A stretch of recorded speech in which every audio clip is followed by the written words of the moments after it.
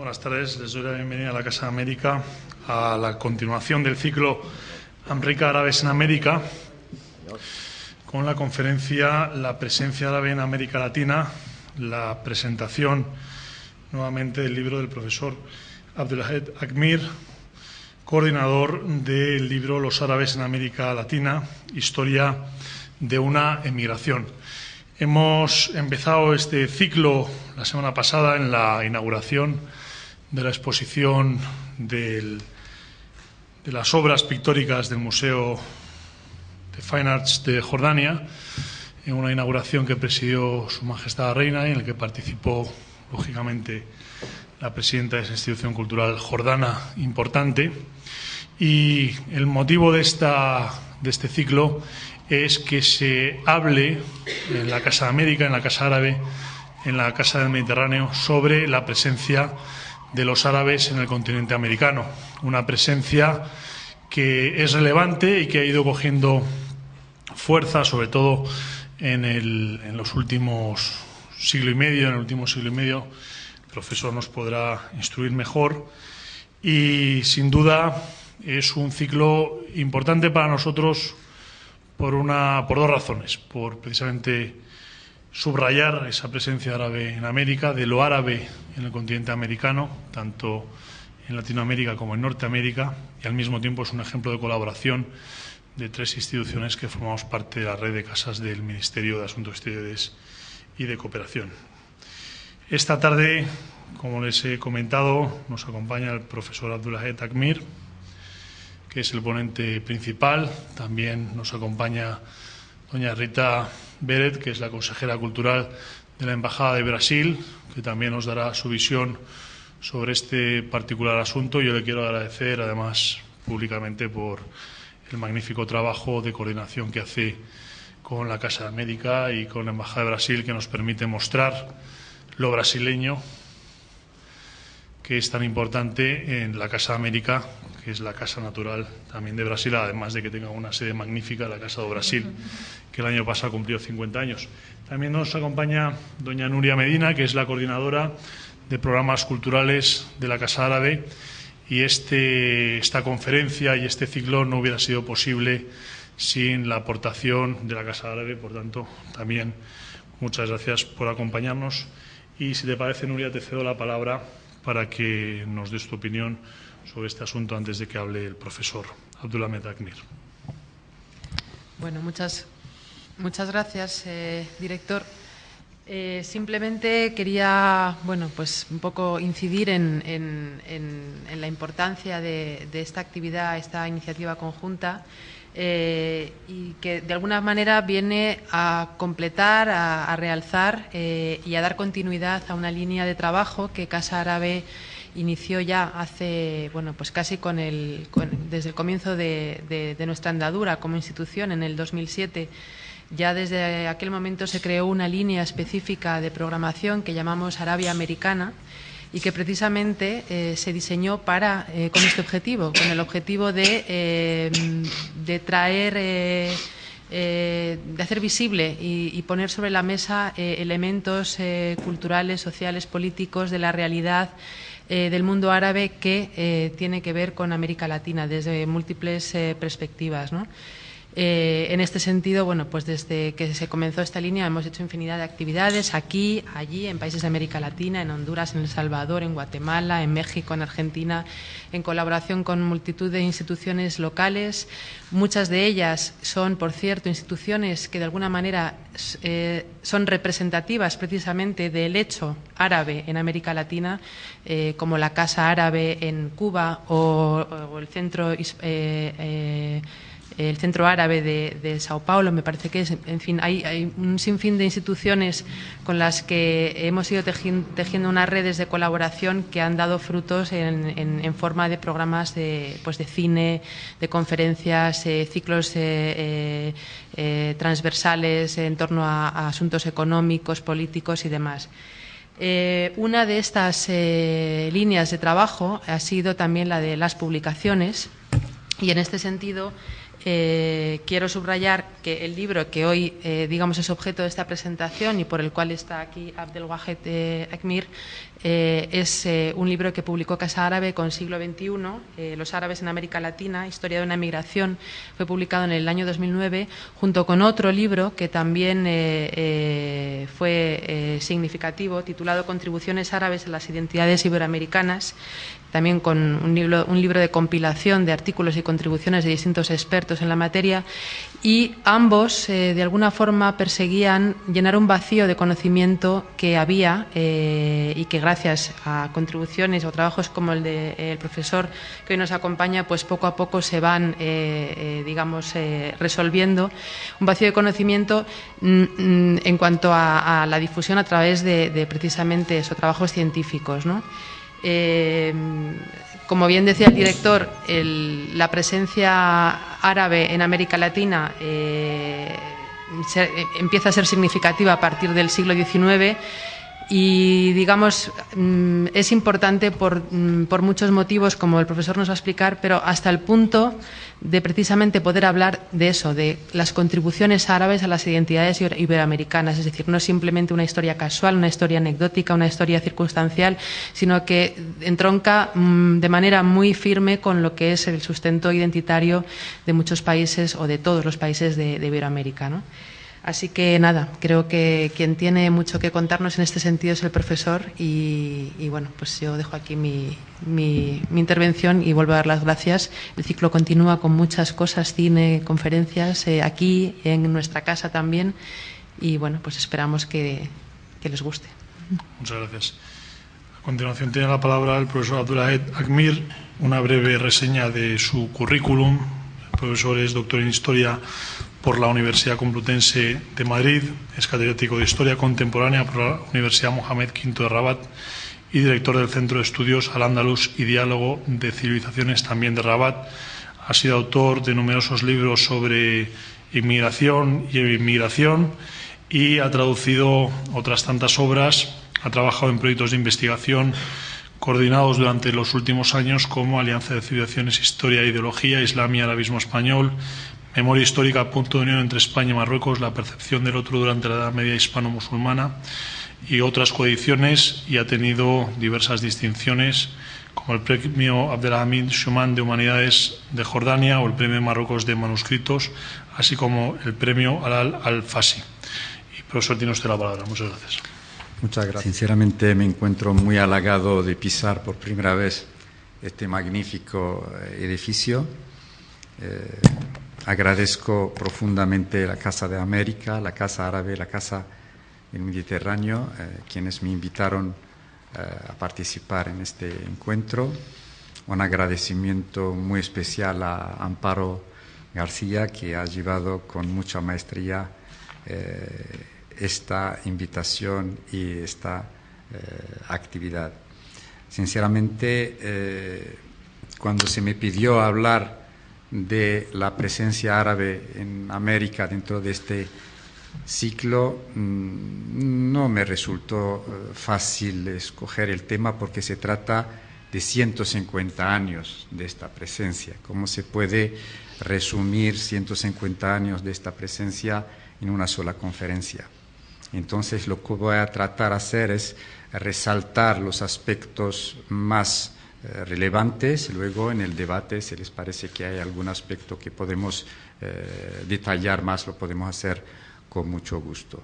Bien, la presencia árabe en América Latina ha pasado por varias etapas y son diferentes aspectos. Vamos a tratar de abordar un poquito la causa de esta inmigración, el proceso económico, los árabes en la dinámica social, el proceso político, luego los árabes en América Latina después de los atentados del 11 de septiembre y luego los árabes o la primavera árabe y su repercusión en América Latina. La inmigración árabe hacia América Latina empieza hacia los años 70 del siglo XIX. Se trata de una inmigración que viene de una zona bien definida, que es Oriente Medio, especialmente Siria, Líbano, Palestina, y va a diferentes países del continente. Hace un momento señora Beret me hablaba de que su bisabuelo, porque ella es de la cuarta generación, emigró a Uruguay y luego de Uruguay va a Brasil. Así se vemos el mapa, luego veremos el mapa. Los árabes están, sin excepción, en todos los países de América, los 22 países, tanto del norte como del sur. La cosa que nos llama la atención es la distancia, porque vienen de una zona bastante lejana, vienen del extremo del Mediterráneo, extremo oriente, al extremo oeste o occidente del Atlántico. Y luego no hay afines culturales o económicos o sociales o políticos o religiosos, como es el caso de la inmigración italiana o española. Sin embargo, se produce esta inmigración. Se produce principalmente por causas económicas, porque el Imperio Otomano, del que dependían las provincias árabes de Siria, Líbano o Palestina, se declaró en bancarrota. Hay una crisis económica tremenda, tanto en el campo como en las ciudades, y a la juventud no les quedó más remedio que buscar vida en otros horizontes. Y hay elementos hasta cierto punto que nos pueden acercar porque escogieron países más que otros. El caso de Brasil es muy representativo porque el emperador de Brasil, Pedro II, visita Siria en los años 70 del siglo pasado, invita a la juventud y empieza la gente a emigrar a Brasil. Luego ya tenemos estos inmigrantes que llegaron también a hacer la América, como todos los inmigrantes, motivados por algunos peregrinos que iban a la Tierra Santa y que les hablaban del interés que puede tener las Américas por algunos productos de Tierra Santa, como crucifijos, como rosarios. Por eso ellos, cuando llegan a las Américas, llegan con sus productos locales. Llegan como mercaderes ambulantes, llevando esta producción, crucifijos, rosarios, algunas rosas, que se llaman rosas del embarazo, para ellos que curan la esterilidad, agua del río Jordán, son cosas que ya vendían al comienzo, y hasta comienzos del siglo XX ya la inmigración desde el punto de vista cuantitativo es una inmigración modesta.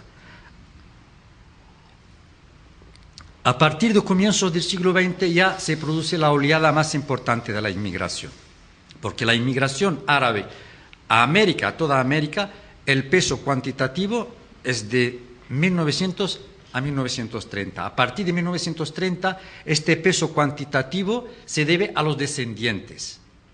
Pero las razones hasta comienzos de siglo son razones económicas. Hacia 1910 ya empiezan algunos a emigrar por razones políticas, porque se produce un hecho importante en Medio Oriente, que es la revolución de los jóvenes turcos en 1908. Estos jóvenes turcos habían prometido a las provincias árabes darles más libertad, hacer amplias reformas, pero nada de esto se cumplió. Cuando ya entra el Imperio Otomano, toma parte en la Primera Guerra Mundial a favor de los países del eje, los nacionalistas árabes protestan y ya se producen varias condenas y fueron ejecutados varios líderes árabe, nacionalismo árabe. A partir de ahí empiezan a emigrar por razones políticas algunos intelectuales árabes, llegan a Brasil, a Argentina, a Estados Unidos y ya van a jugar un papel importante como dirigentes de esta comunidad. Van a fundar una prensa en árabe, de hecho no deja de ser curioso que la prensa árabe casi me atrevo a decir que se fundó en las Américas antes del mundo árabe. Hacia finales del siglo XIX, el único periódico importante en el mundo árabe era el Ahram. Mientras nos encontramos con una cantidad de periódicos en Argentina, en Estados Unidos, en Brasil, Caucab América, Salam, Mir'at el-Gharb, etcétera, etcétera. Estos entonces se editaban en árabe y estos fundaron los clubs. Y luego fundaron una literatura de la que hablaré más adelante, muy importante. Entonces ya más o menos estas son las razones de la inmigración. Voy a pasar a hablar de el proceso económico de los árabes en América Latina. Estos árabes, como acabo de señalar, cuando llegan para vender sus productos y volver. Entonces llegan como mercaderes ambulantes. A ellos no les interesaba echar raíces. y por eso no fueron del agrado de las autoridades de los países de recepción. Los países australes necesitaban a inmigrantes que pudieran trabajar en la agricultura. De hecho, mandaban a Argentina, Brasil y otros países, mandaban a agentes y a representantes a diferentes puertos del Mediterráneo para hacer propaganda y para traer inmigrantes. Le pagaban pasaje. Cuando llegan a los países australes les mandaban gratis a las colonias agrícolas, pero los árabes no participaron en este proceso. Ellos querían querían hacer la América como todos los inmigrantes, pero querían volver lo más pronto posible. Entonces llegan a las ciudades, se quedan en esas ciudades portuarias. Pasan un momento porque no conocen el país, la lengua, la cultura, y no se adentran en zonas del interior. Pero pasado el tiempo ya empiezan a llegar a ciudades del interior, siempre como mercaderes ambulantes, mercachifles, como se llama en Argentina, que llevan el cajón, el cache, o en Brasil se llama el mascate, la caja, luego veremos en las fotos lo que llevaban, y en una tercera etapa van a las zonas rurales, siempre como mercaderes ambulantes. Y en las zonas rurales ya tuvieron mucho éxito, porque algunas zonas rurales todavía no había conocido la economía monetaria. Entonces, su trato con los indios se basaba sobre el trueque. Fueron los primeros que introdujeron a esas zonas productos manufacturados, mercería, zapatería, tejidos, y de manera que van teniendo éxito en estos campos, se instalan, abren pequeños negocios, empiezan a tener éxito y pasan del comercio al por menor al comercio al por mayor. En ese momento ya se trasladan a las ciudades, a las grandes ciudades, ya son mayoristas y ya se especializan en el ramo textil. Y ya son importadores, empiezan a traer mercancías, sobre todo ramo textil de Manchester, y ya se convierten en grandes mayoristas hacia los años 20, la década de los 20. En ese momento ya pasan a otra fase, que es fundar los bancos. Son bancos, tanto algunos dependen de toda la comunidad, como el Banco Sirio-Libanés de Argentina, o el banco que fundaron los Yafet, la familia árabe más adinerada de Brasil en los años 30 y 40. Mi familia no llegó ahí, aparte de los bancos, solo la tienda. Entonces, bueno, estos los afortunados. Los Yafet, el clan de los Yafet ya fundaron el Banco Crucero del Sur, ya tenían un polígono industrial de ellos, una flota. Entonces llegaron a grandes fortunas, y a partir de 1930, con la crisis mundial, esta crisis, a causa de ella, algunas multinacionales de Estados Unidos y de Gran Bretaña cerraron sus sucursales en América Latina. Y los gobiernos de América Latina pusieron leyes restrictivas para proteger la economía nacional, y en esos momentos los árabes se proyectan en la industria, especialmente la industria textil, porque la situación ya ayudaba, porque había muchas materias primas, lana, lino, cueros, etcétera. Y si volvemos a los informes de las cámaras de comercio, porque fundaron también las cámaras de comercio de árabes en Brasil o en Argentina o en Chile, hablaba de que después de la Segunda Guerra Mundial los árabes poseían el 90% de la industria textil en Chile. En Brasil como el 70%, en Argentina como el 60%. Entonces, mucho poder económico. Esta es la fase de los inmigrantes. Después de la Segunda Guerra Mundial ya tenemos la nueva generación, los descendientes que se proyectan en la economía, pero con una concepción totalmente diferente, muy ambiciosa. Algunos descendientes de las familias adineradas realizan carreras universitarias relacionadas con la economía, empresariales, ingeniería industrial o ingeniería química, y ya se proyecta la industria pesada. Ya tenemos, a partir de los años 1945, 50, grandes industriales descendientes de árabes. Uno de los más, quizás el más famoso, es Jorge Antonio, del que ya veremos más adelante en la foto, con Perón. Jorge Antonio empezó su vida, es descendiente de inmigrantes, como simple camionero, pero luego se convierte el industrial más importante de América Latina, porque fue el brazo derecho de Perón, fue el coordinador de los planes quinquenales de Perón, y fue él quien establece la industria alemana. Se habló mucho ya sabemos, la gran polémica sobre las fortunas alemanas que llegaron a Argentina. De esto no me meto porque no hay mucha documentación, pero lo que sé, lo que está documentado, que Jorge Antonio instaló la Mercedes-Benz en Argentina, a través de Argentina en toda América Latina.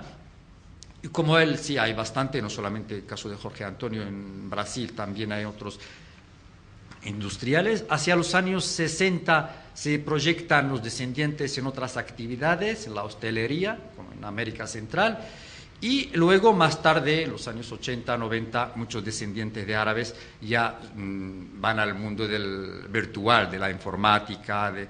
Quizá el caso más conocido es Carlos Slim, como sabemos, ¿no? Entonces, grosso modo, es este proceso económico ideal, pero no hay que olvidar una cosa, que no todos hicieron este proceso. Casi el 70% no pasaron de ser simples comerciantes, y algunos de ellos simples inmigrantes que cuando hablas con ellos dicen que, bueno, cuando hablabas con ellos, ya estamos hablando de 30 o 40 años atrás, ellos te dicen no quieren volver al país de origen porque ya no triunfaron. Bien, entonces este es el proceso económico. Paso ahora muy brevemente a hablar del aspecto social.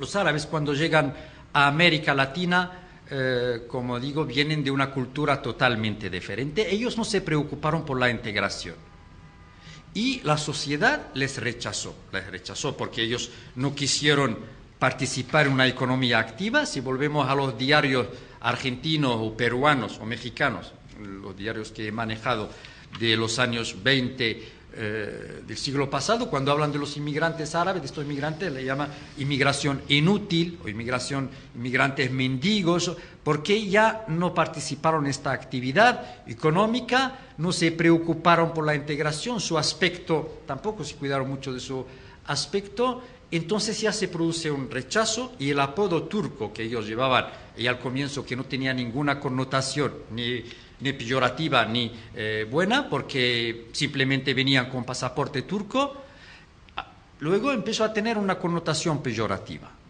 y el turco ya significa algo negativo. Esto hasta los años 30 del siglo pasado, y a causa de este rechazo social, hasta, me atrevo a decir, rechazo de la sociedad de la cafetería, ellos van y fundan sus propios clubes, sus propias asociaciones, donde podían escuchar música árabe, comer comida árabe, jugar la taule y otros juegos árabes. Entonces estos clubes eran al comienzo para autoprotegerse, pero con el paso del tiempo y haciendo fortuna se convierten en medios de comunicación con la sociedad austral. Ya llegan a fundar grandes clubes como el Club Palestino en Chile, el Club Honor y Patria en Buenos Aires, el Club Sirio o el Club Libanés en Sao Paulo, y a través de estos clubes ya empiezan a invitar las personalidades de los países de recepción que pueden facilitar la integración de los árabes. Son clubes sociales, pero también fundaron clubes benéficos, asociaciones benéficas para ayudar a los recién llegados, y también clubes deportivos, como por ejemplo un club que aparece solamente para practicar gimnasia en 1917, que es el Palestino, y con el paso del tiempo y hasta la actualidad es un equipo de primera división en el campeonato que juegan con la camisa que es la bandera de Palestina, o el club el sirio de baloncesto en Brasil, que varias veces ganó el campeonato intercontinental, o el Montelíbano. Entonces ya estos clubes ya llegan a estas categorías, también hospitales.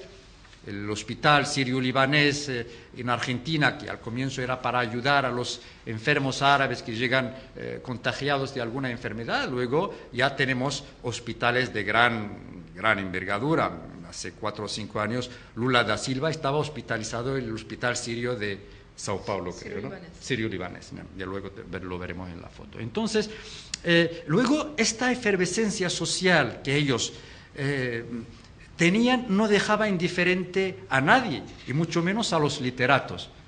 Vemos que los grandes señores de la literatura del boom hablan de ellos.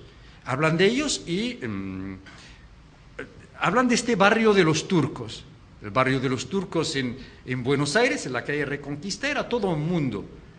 La calle de los turcos en Macundo, en la obra de García Márquez, como lo descifra, cuentos de Eva Luna, de Isabel Allende, este personaje luchador, Riyad Halabi, un comerciante honrado, y ahora incluso en las telenovelas, en Los Culebrones, ya vemos esta imagen que yo he visto hace unos cuantos años una telenovela que se llama Los Plateadores o algo así, que pasaba en la televisión española, que habla del personaje del turco, y siempre es la persona luchadora, la persona honesta y hábil comerciante también.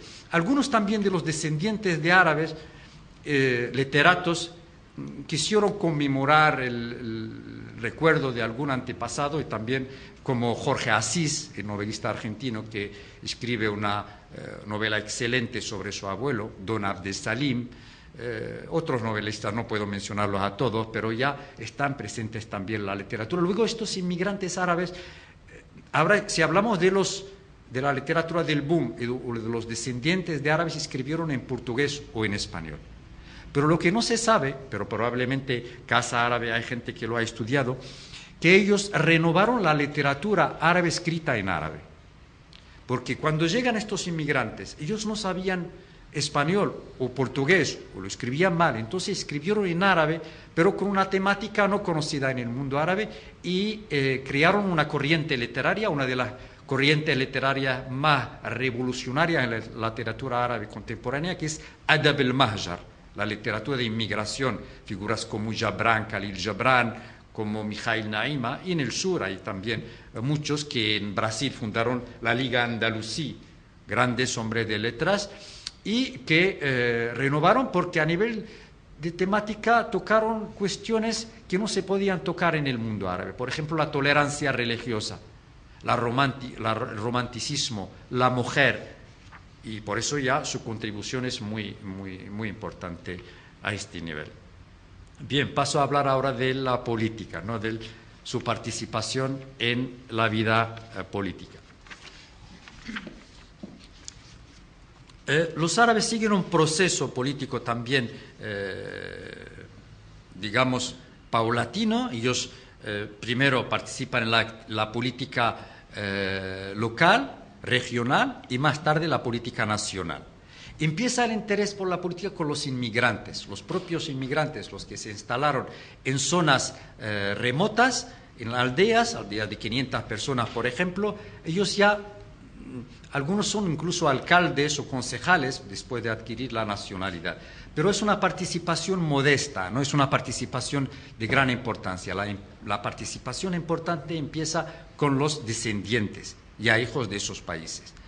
También hay digamos, una información muy divulgada que habla de los árabes como militantes en partidos conservadores o liberales o partidos de derecha, y pocos hablan de los árabes en los partidos de izquierda o los partidos revolucionarios. Esto puede tener su explicación, primero, porque ellos no fueron obreros, sino más bien comerciantes. Luego, los 6 presidentes árabes en América Latina, todos fueron de partidos de derecha. Efectivamente, desde comienzos de los años 40 del siglo pasado, ya tenemos senadores, gobernadores, diputados de origen árabe. Incluso en Colombia hubo en 1941 el primer candidato, digamos, candidato con posibilidades de ganar en las elecciones presidenciales, que es Rafael Turbay, del Partido Liberal. Era candidato, pero contra pronóstico, según la información de la comunidad árabe, fue derrotado por considerarse, o porque sus rivales los consideraban turco, entre comillas, ¿no? Sin embargo, en la misma Colombia, el primer árabe que llega a la presidencia en América Latina es del clan de los Turbay, es Julio César Turbay, en 1978. Aparte del clan de los Turbay, en Colombia hay otro clan en la derecha muy importante, que es el clan de los Hatim. Francisco Hatim fue presidente del Senado y su hija, hasta hace muy poco, hasta me parece 2005-2006, fue presidenta del Parlamento de Colombia, y no deja de ser curioso porque es la primera mujer árabe, incluso en el mundo árabe, que llega a ocupar la presidencia de un parlamento. En Argentina pasa lo mismo. Coincide esto con el peronismo. Cuando Perón funda el Partido Justicialista, él le interesaba pactar con una fuerza nueva, porque quería hacer lo mismo que Irigoyen hizo en 1916 con el Partido Radical, con los españoles y italianos, con los hijos de españoles y italianos. Ya sabemos que la primera vez en América Latina que la clase media llega al poder es en 1916 con la Unión Cívica Radical y con el gobierno de Hipólito Yrigoyen. Entonces, Perón veía en los árabes lo mismo que miraba o que veía Irigoyen en los hijos de españoles y italianos, pacta con ellos, y ya hay una presencia impresionante de árabes en el partido peronista y en los gobiernos de Perón. Y Perón ya era muy amigo de los árabes y necesitaba también de su dinero, y no de los árabes, y tenía una frase muy graciosa cuando decía que los árabes tienen tres pasiones: la política, el juego y las mujeres. Entonces ya admiraba mucho a los árabes y su participación en la vida política. No puedo extenderme más en esta cuestión, voy a pasar a hablar de... porque ya, ¿cuánto tiempo tengo en la conferencia, señor director? Lleva usted hablando 15 minutos, tranquilo. Sí, no siempre. Mucho que decir, con lo cual. Muy bien, pues yo ya tengo la presión del tiempo, no quiero aburrirles mucho. Bien, entonces, pero los árabes tuvieron una presencia importante también en los partidos de izquierda y en los movimientos sindicalistas. Voy a dar solamente algunos ejemplos. En el mismo país, en Argentina, ya tenemos, cuando ya ellos ingresan en la universidad, hay líderes de estudiantes de ascendencia árabe. Uno de ellos es Fernando Nadra. Fernando Nadra en 1941 fue elegido presidente de la Federación de los Estudiantes Argentinos. Ya sabemos lo que representaba la universidad en aquel entonces, durante la época de la dictadura militar. Ya sabemos que en Argentina se produce la gran reforma universitaria en 1918, ¿no? En la Universidad de Córdoba, y Fernando Nadra estudiaba en la Universidad de Córdoba. Luego se proyecta en toda América Latina, y siempre es impresionante, yo lo digo a los estudiantes, que el Córdoba del 18 fue 50 años antes de mayo de 68 en Francia. La gran reforma en la universidad, cuando se abre la universidad a la clase media, a la clase humilde. Entonces los árabes se aprovechan de esta situación, y ya tenemos figuras como Fernando Nadra en diferentes países del continente. Fernando Nadra, después de terminar la universidad, se afilia al Partido Comunista, y hasta su muerte es uno de los grandes líderes del Partido Comunista argentino. Pasa lo mismo en la misma época en otro país, por ejemplo en Ecuador. En Ecuador, con la revolución de 1944, la famosa La Gloriosa, vemos que quien asume la presidencia provisional después de la revolución es Teodoro Salim, un descendiente de árabes. Durante muy poco tiempo, pero cuando ya los comunistas ya llegan al poder, gracias a esta revolución, el jefe de los comunistas es otro árabe, es Pedro Saad. Y Pedro Saad al mismo tiempo es el fundador del Central de Trabajadores Ecuatorianos. Y hasta su muerte, desde el 52 hasta el 82, durante 30 años, fue secretario general del Partido Comunista Ecuatoriano. En la misma época, en 1944, otro árabe, esta vez en Bolivia, Juan Lachin, funda la Central Obrera Minera de Bolivia. Y más tarde, cuando ya se produce la matanza contra los mineros, él funda el COP, el sindical obrero más importante hasta la actualidad en Bolivia, Central Obrero Boliviano. Y luego él da órdenes a los trabajadores a bajar a la calle, y ya sabemos los enfrentamientos entre las milicias. En muy poco tiempo ya Bolivia tenía 40.000 milicianos armados y que derrotan al ejército, a la policía, y se disuelve el ejército y este sindicato de Juan Lachin se convierte en la persona fuerte del país. Llega a ocupar primero el Ministerio de Minas, más tarde la presidencia del gobierno, luego la vicepresidencia de la República, funda un partido trotskista. Él quería un Estado del proletariado, cosa que no podía encajar debido a la influencia de los Estados Unidos. Funda otro partido, el PRIN, pero luego se sale del país, vuelve más tarde y hasta su muerte en el 2001 era, digamos, el sindicalista probablemente más importante de Bolivia. Otro país, Venezuela, por ejemplo. En Venezuela ya tenemos en el 58, cuando ya Rómulo Gallegos y Betancourt ya llegan al poder y ya fundan la Acción Democrática, aparecen dos figuras revolucionarias árabes de mucha importancia, que son Jorge Daher y Pablo Saher.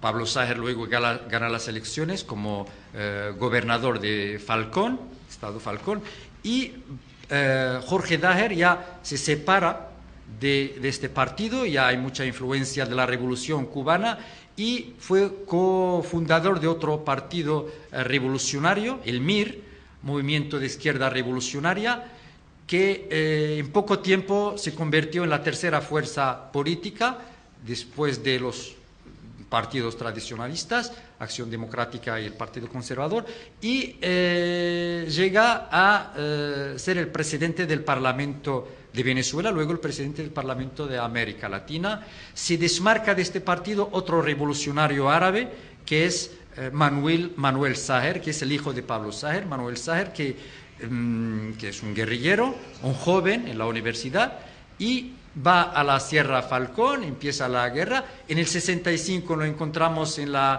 Congreso de la Tricontinental, muy influenciado por esta corriente, en la que estuvieron varios revolucionarios, entre ellos un marroquí, Mehdi Ben Barka, que fue el coordinador de todo esto, y vuelve a la Sierra, pero fue arrestado. Primero fue condenado a 18 años, pero la influencia de su padre, que era gobernador, ya lo soltaron, lo mandan a Europa y vuelve con lo mismo. Esta vez cuando lo detienen los militares lo ejecutan sin juicio. Sí, en Cuba también podemos hablar de Cuba, hubo una participación muy activa. Varios miembros del Granma son de ascendencia árabe, pero el político más importante en la Revolución cubana es Alfredo Maluf. Alfredo Maluf se llama el abogado de la Revolución.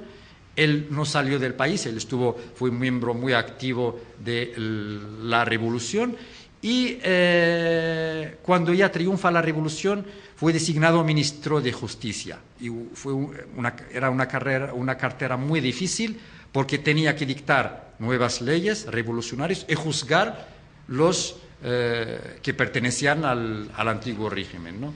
Y hasta su muerte fue una persona de mucho prestigio. De hecho, hasta la actualidad hay una cooperativa agrícola que lleva su nombre en Cuba. En Nicaragua ya tenemos también una participación muy importante. Ya Ortega lo señala, que él fundó la Juventud Popular Nicaragüense con otro árabe, que es Salim Chabli, en 1960. Luego empieza la lucha, y cuando ya empieza la revolución sandinista encontramos 4 o 5 árabes de mucho peso, entre ellos quien se consideraba el segundo de Ortega, Musa Hassan, que luego fue alcalde de Managua, fue también ministro de Urbanismo. Pero hay también otros. Pero quien más me llama la atención de este grupo de revolucionarios árabes es una mujer, Suad Faraj, que andaba en silla de ruedas. Sin embargo, ya tiene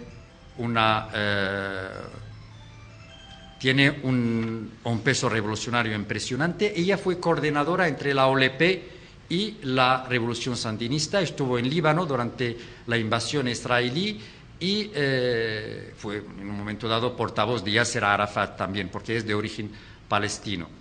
En Salvador pasa lo mismo, ya hay muchos revolucionarios árabes. El más famoso es el comandante Simón, Shafiq Handal, también palestino, cofundador de presidente, luego más adelante de Frente Farabundo Martí de Liberación Nacional.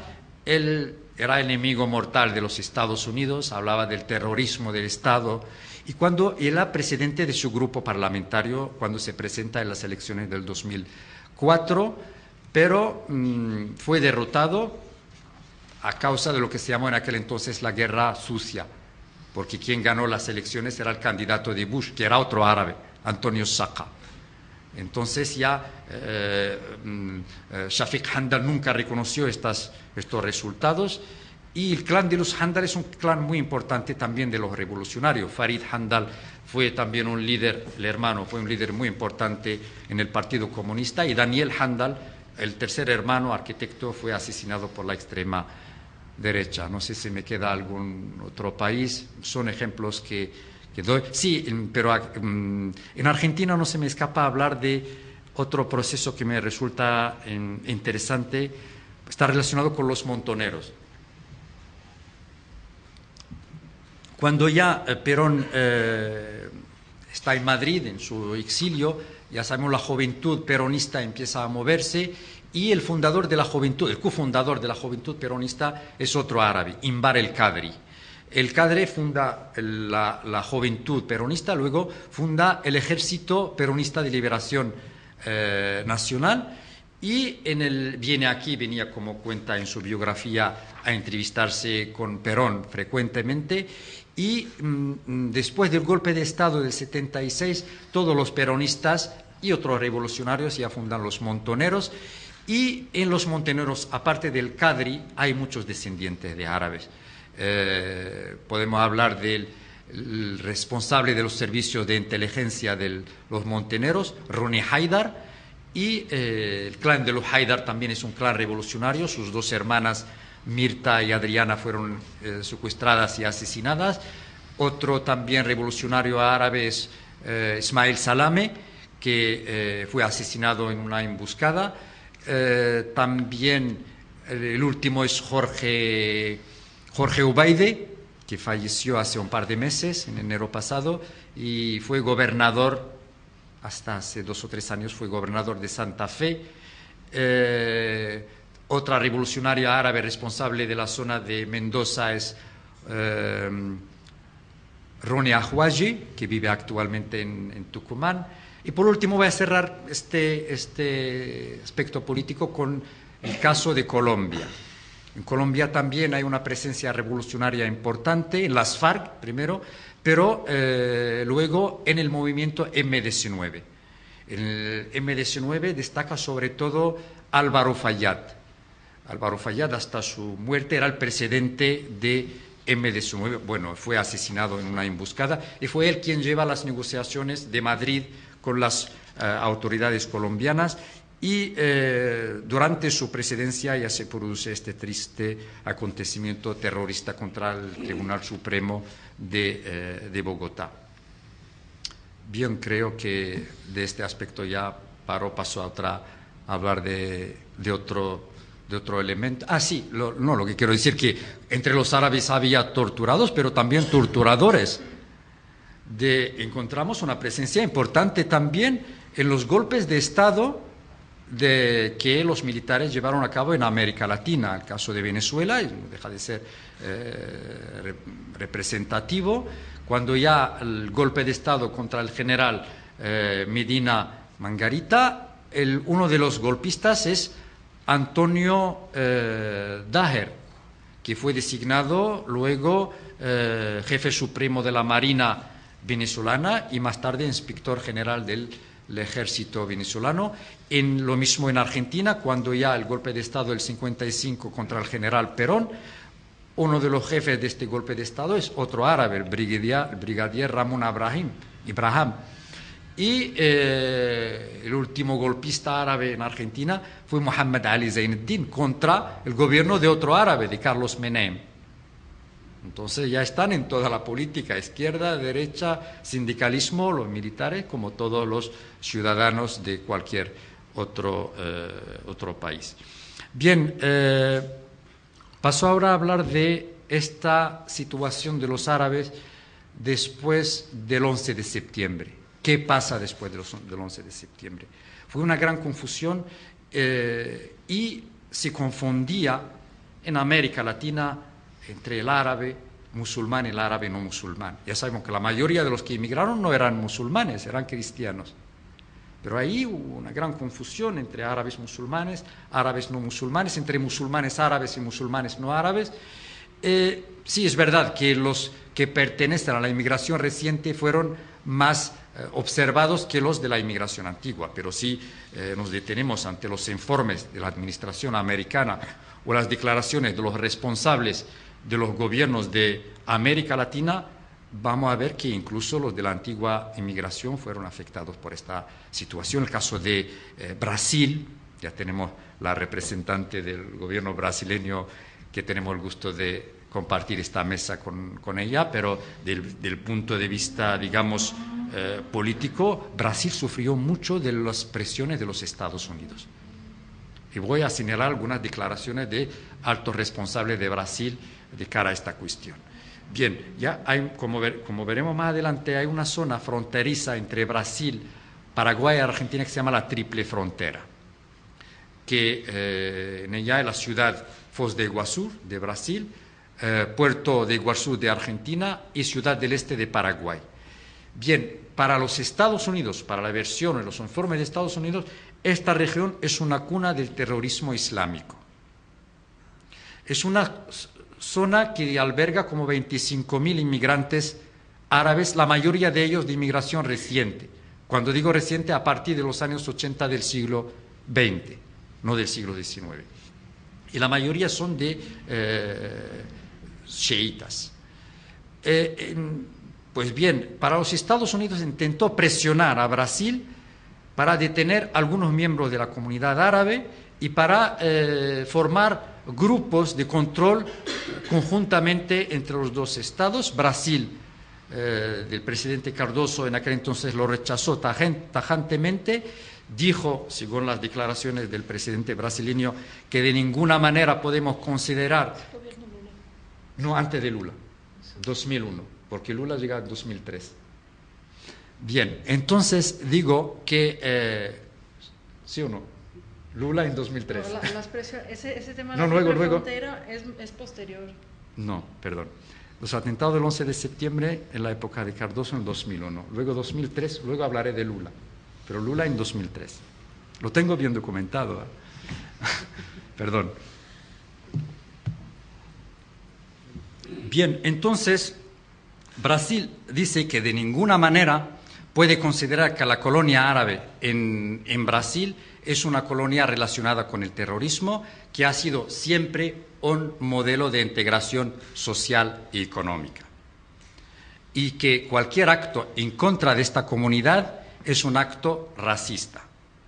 Entonces, estas son las declaraciones del presidente y de los altos responsables del gobierno brasileño.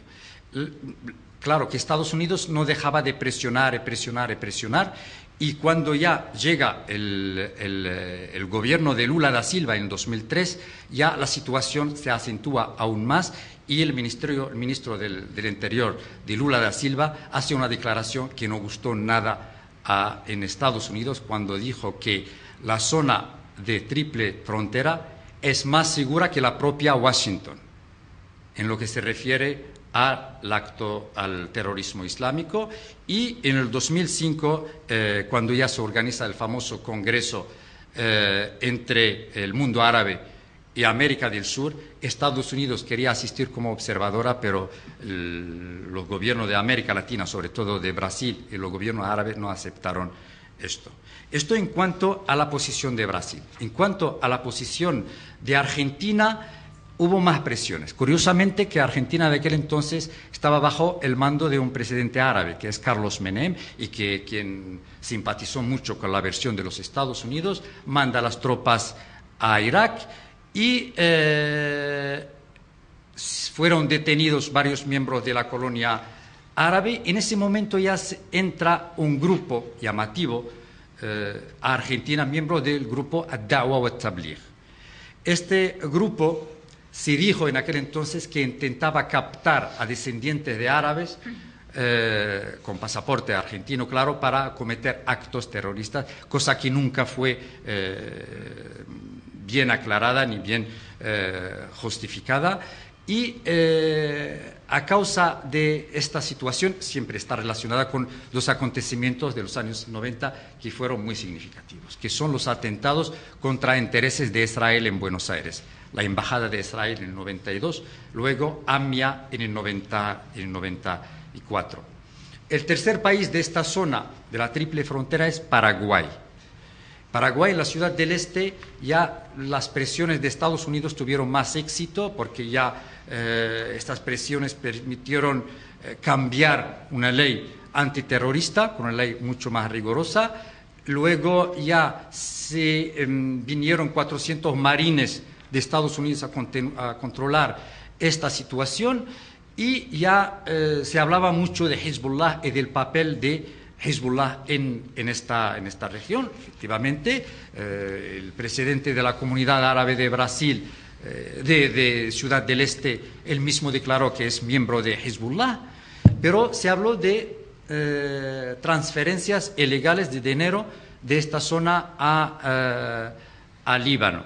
No tuvo más remedio la ministra de Asuntos Exteriores de Paraguay, una descendiente de árabes, Laila Rashid, que reconocer que estos miembros de la comunidad árabe tienen derecho de hacer sus transferencias a los países de origen porque son miembros de un partido político reconocido y tiene representación en el Parlamento. Claro, esta postura no está compartida por los Estados Unidos.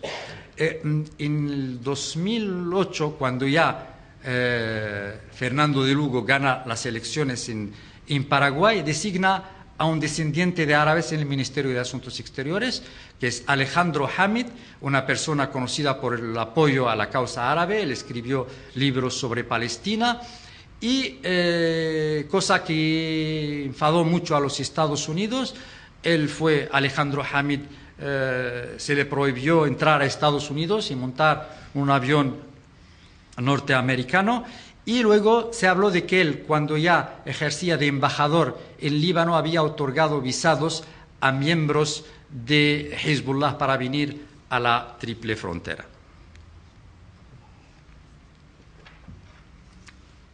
Este eco se extiende a otros países, como no a Venezuela.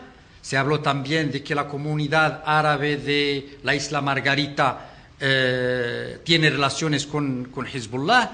Y se dijo también que la información que la administración Chávez facilitaba a Estados Unidos era una información errónea y los Estados Unidos detuvo a algunos descendientes de árabes, que uno de ellos era diplomático, con esta cuestión que tenía relación con Hezbollah. La cuestión de Hezbollah no deja de ser significativa en Venezuela porque se fundó una organización extremista no árabe que se llama Hezbollah América Latina, una pequeña formación que la fundó un ex miembro de las FARC, se llama Teodoro Dornot, y que fundada, todos sus miembros son indios convertidos al Islam, y intentó acometer un acto terrorista contra la embajada de los Estados Unidos y a consecuencia de ello fue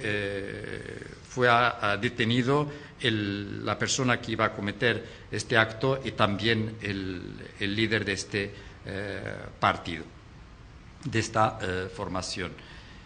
Bien, en los países de América Central pasa lo mismo, ya sabemos, después del 11 de septiembre, algunos países que mandaron tropas a Irak, como Salvador, Honduras, Nicaragua, República Dominicana, se hablaba de que Al-Qaeda va a cometer actos terroristas parecidos a los que se cometieron en Madrid.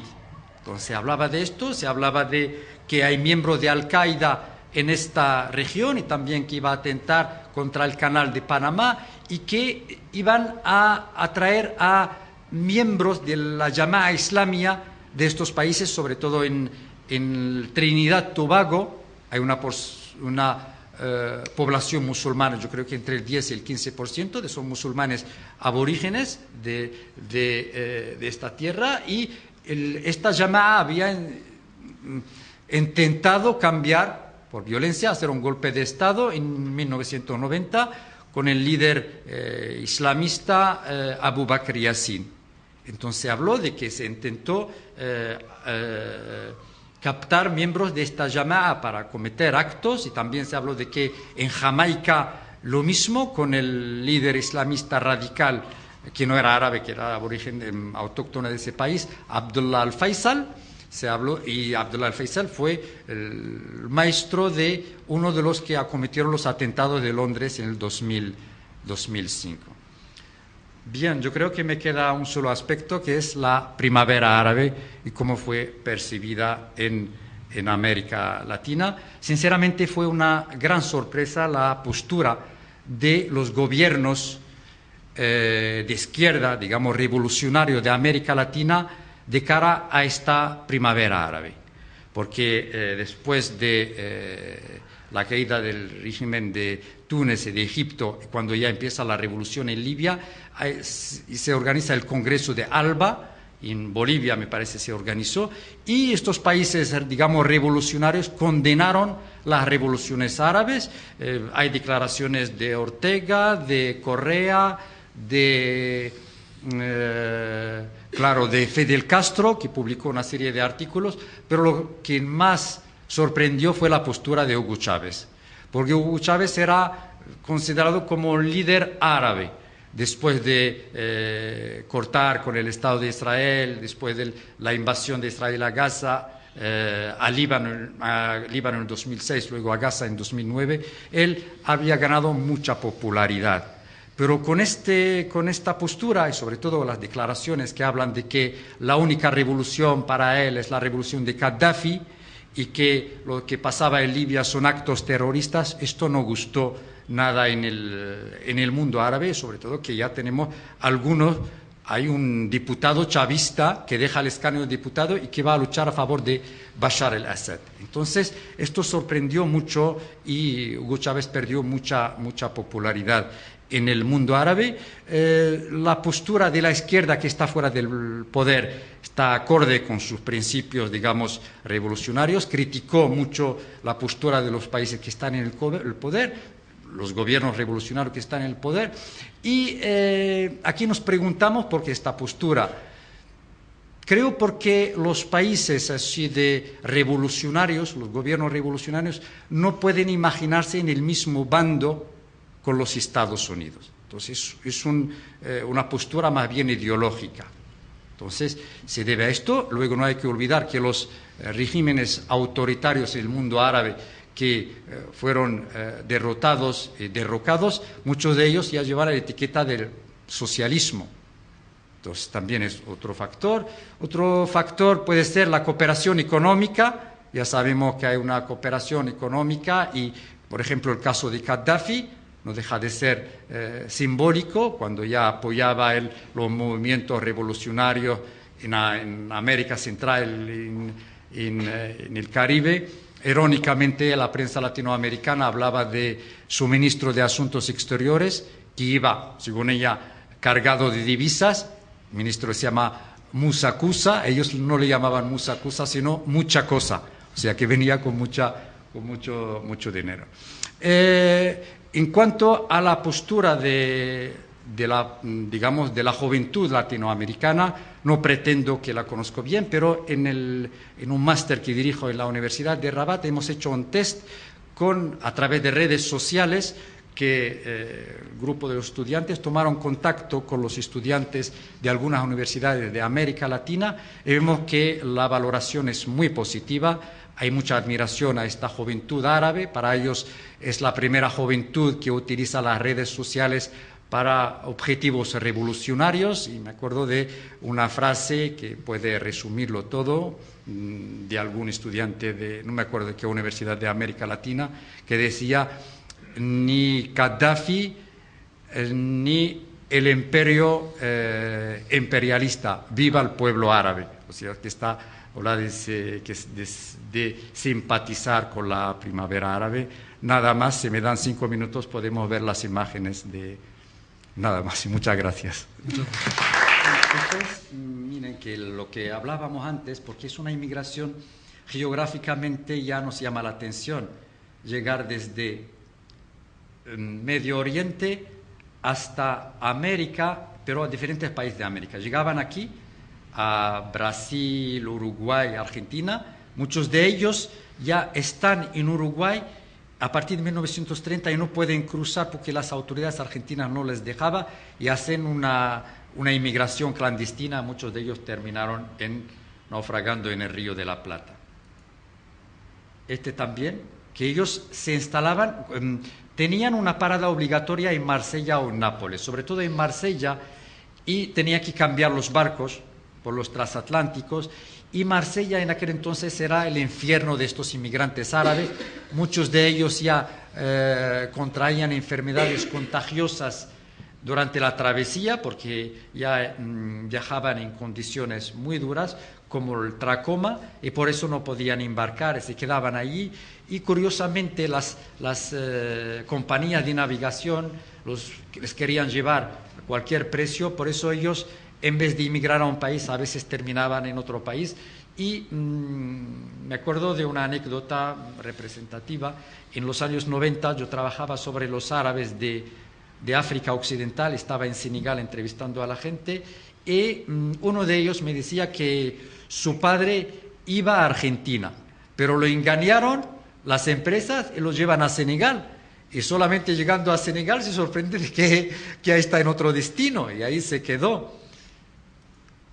Estos son los países, o sea, prácticamente en todos los países de América hay una presencia árabe. Este es el mercachifle, o el cache, este es el cajón, que se llama mascate en Brasil, es una imagen de 1902. Esto ya los árabes cuando ya se establecen como comerciantes al por mayor. Y cuando ya empieza este comercio al por mayor, ellos en un efecto llamada llaman a sus conciudadanos para mandarles al campo como ambulantes. Este es el palestino con la camisa de Palestina. A ver esa imagen anterior. Es un equipo chileno. Sí, de primera división, el palestino. A ver cómo vuelve esto. Bueno, no se preocupe. Algunos jugadores de este equipo juegan la selección palestina. Joder. Sí. No es esa, ¿no? Del palestino. Sí. ¿No es del que es presidente Es esta. Daniel Jadwe? ¿Cómo? ¿No es Daniel Jadwe, presidente? No lo sé, puede ser. Puede ser. Al Jazeera proyectó un documental muy importante sobre los árabes de América Latina y dedicó mucho espacio a este equipo. Incluso en las gradas hay banderas de Palestina, que es más bien símbolo de este equipo. Esto, como digo, perdón. El ponente que estuvo ayer en Casa Árabe, que es alcalde de Recoleta, sí. No sé si es precisamente presidente de este club de fútbol o un directivo de... Probablemente porque en Chile la colonia palestina más importante fuera del mundo árabe se encuentra en Chile. No, en Chile más que en Honduras. ¿Cuánto? El segundo a Honduras. No lo sé, pues los números me escapan, pero el poder de los árabes en Chile, yo he estado en Chile, es impresionante, este poder a todos los niveles. Incluso políticos, se me ha olvidado hablar de un revolucionario de origen árabe, que es Sergio Bitar, que fue consejero de Salvador Allende, es el fundador del Partido por la Democracia. Está ya, cuando estos clubes ya llegan a una cierta categoría. Ya ven que estos son todos inmigrantes, no son descendientes, pero ya son inmigrantes adinerados. Esta es una familia pobre, por eso hay que aclarar que no todos los inmigrantes hicieron fortuna. Es una familia árabe que viene y que está en algún país de América. Estas son fotos que publicó, hay un enlace del periódico El País donde hay todas estas fotos de la colonia árabe. Ya vemos las tres generaciones, el patriarca, porque siempre la sociedad patriarcal, el padre, el hijo, el que nació, y luego la tercera generación. Este es el Hospital Sirio-Libanés de Sao Paulo. Sí, solamente hablando de deporte, que algunos destacaron y nadie sabe que son de origen árabe. En el fútbol también, el más representativo es Mario Zagallo, que es el único que ganó la Copa del Mundo como entrenador dos veces como jugador. Es Dizahle. Está también clubes de la sociedad árabe con sus diferentes generaciones. Este es Jorge Antonio Perón, que fue también coordinador general del plan quinquenal del 47 del general Perón.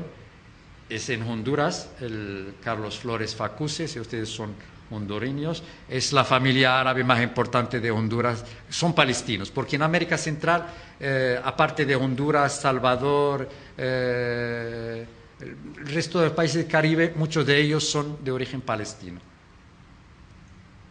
Carlos Menem, son los 6 presidentes, Turbay, Saca y Jamil Mawad y Abdullah Abu Karam. Sí, hablando del clan de Abu Karam, es un clan muy importante en Ecuador. El tío Asad Abu Karam es el fundador del partido de concentración popular, es un partido populista. Él se presentó 3 veces a las elecciones, Asad Abu Karam, pero nunca pudo ganar porque él había nacido en Líbano, no, pero sin embargo, fue durante muchos años presidente del Parlamento de Ecuador. Esta es la imagen de Hugo Chávez antes de la primavera árabe, gracias Chávez, que hubo mucha simpatía con él, y la foto de Hassan Nasrallah. Él se comparaba mucho con Hassan Nasrallah.